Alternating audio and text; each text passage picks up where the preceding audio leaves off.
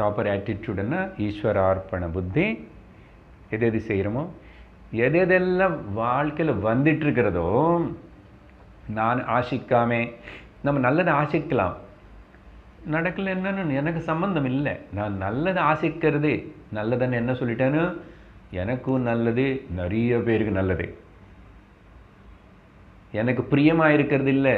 இன்னொரு வார்த்தைக்கு ஞாபகம் இருக்குது, முன்னாடி சொல்லு அடிக்கடிக்கு, ஹித்தமாக இருக்கா எனக்கு இல்லையா. எனக்கு ஸ்வீட் ரொம்ப பிரியமாக இருக்குது சார், சாப்பிடு டயபிட்டிஸ் இருந்து, ஹிதம் இல்லையே. அதனால அது மனசில் வச்சு இப்போ என்ன சொல்லிட்டு இருக்கோம், ப்ராப்பர் ஆட்டிட்யூட்னா பிரசாத புத்தி.